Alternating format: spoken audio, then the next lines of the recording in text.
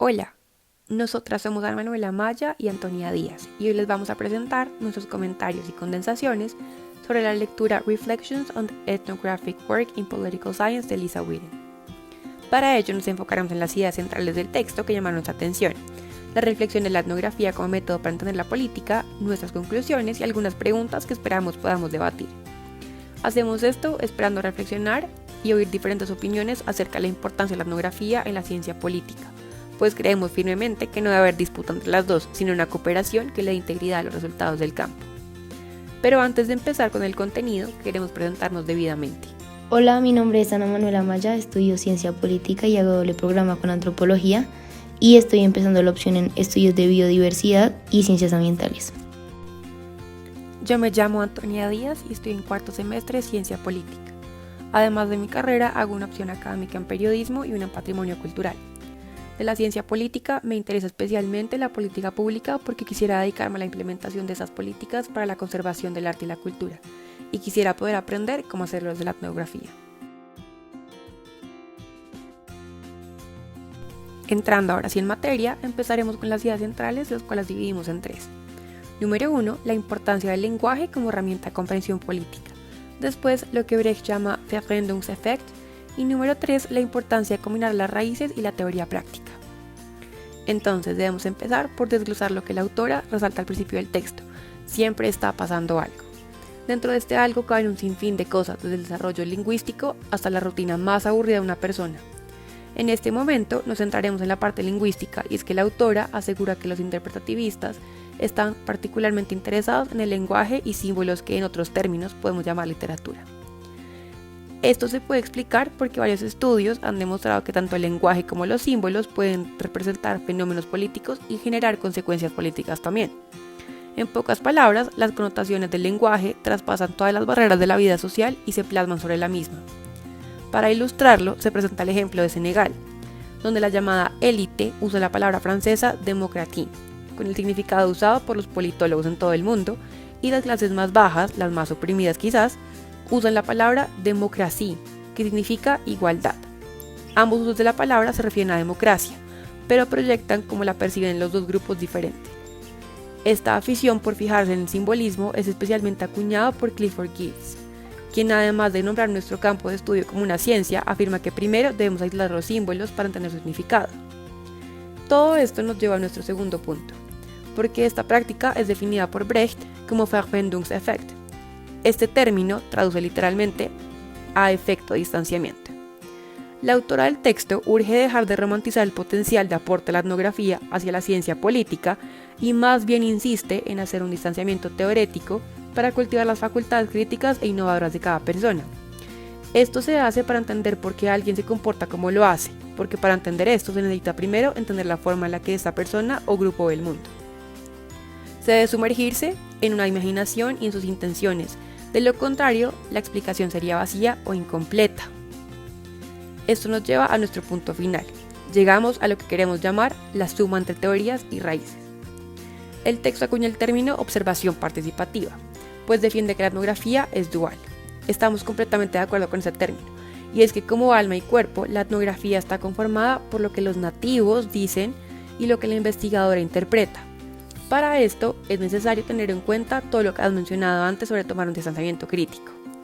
Esto nos lleva a concluir que no podemos quedarnos en la teoría apartada de la ciencia política, sino debemos incluir el estudio de las raíces para comprender todos los aspectos políticos de la sociedad.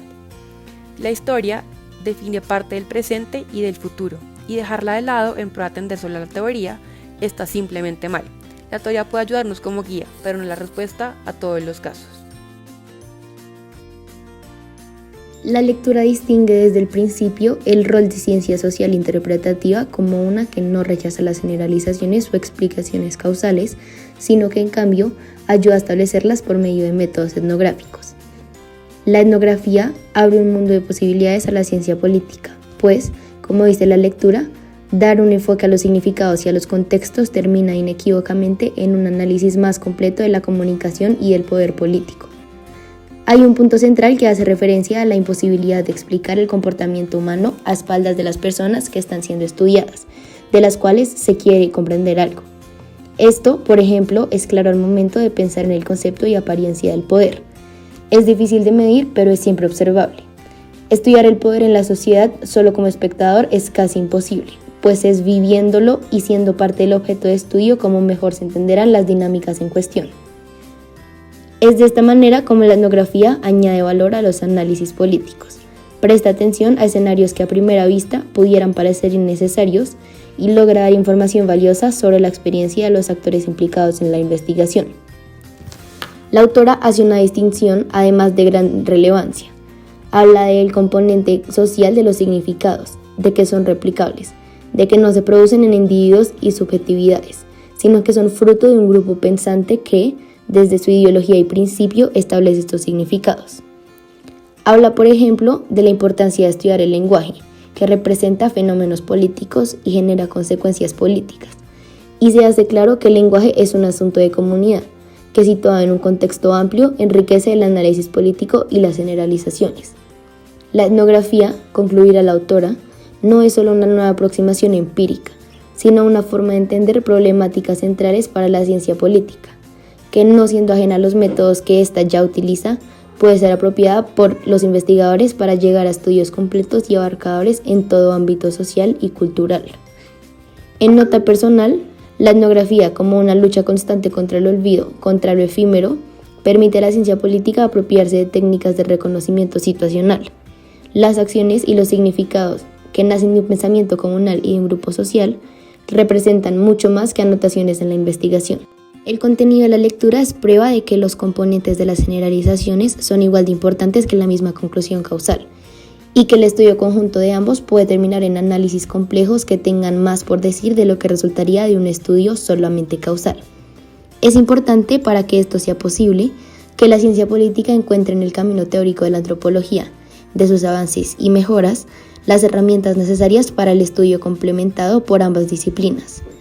Si los y las politólogas se limitan a encontrar fallas y retrasos en el estudio etnográfico, como bien lo irá la lectura, se estarán privando de conocimientos verdaderamente reveladores y significativos. Después de haber presentado todos los puntos, llegamos a una pregunta que creemos es esencial. ¿Qué hace que la investigación empírica se haya apoderado de la ciencia política a tal punto que sea más importante que el análisis poblacional? Como les decíamos al principio, es necesario dividirlas. La lectura muestra visiones muy diferentes, tan diferentes que plantean los politólogos como personas reacias a integrar la etnografía. Pero quizás esto haya cambiado con el tiempo y con la aceptación de la importancia de la historia y las narrativas en todas las áreas de conocimiento. Además de esta pregunta, queremos presentar una idea que se cruzó en nuestra conversación sobre la lectura. Creemos que es necesario indagar sobre lo que ha pasado en el último año y medio de pandemia y qué repercusiones tiene sobre nuestra manera de ver el mundo. La mejor manera, a nuestro parecer, de abordar este tema es partiendo de lo que la autora mencionó al principio. Siempre está pasando algo. En la pandemia sentimos que no estábamos viviendo, a tal punto que lo intentamos hacer por medio de otras cosas, como forzarnos a encontrar hobbies nuevos, cuando en realidad estábamos cruzando un hito histórico nunca antes visto en esas magnitudes. Esto no es cualquier cosa, y solo el tener que adaptarse es difícil. Sin embargo, nuestra vida dejó de anclarse a varios estándares y por eso pensamos que habíamos dejado de vivir. Leer un libro reemplazó conocer a alguien en la universidad. Ver una película encerrada en la casa reemplazó por salir a tomar un café después de clase. Los trabajos en la biblioteca ya no estaban, ahora todo era por Zoom. Por alguna razón, no nos permitimos ver este cambio como algo digno de aceptación, aunque la vida haya seguido. Seguíamos pensando que estábamos atascados, incluso aún lo pensamos. Entonces, si la vida de todo el mundo tuvo que cambiar y con ello lo hizo nuestra rutina y nuestro lenguaje, porque pensamos que no estamos viviendo.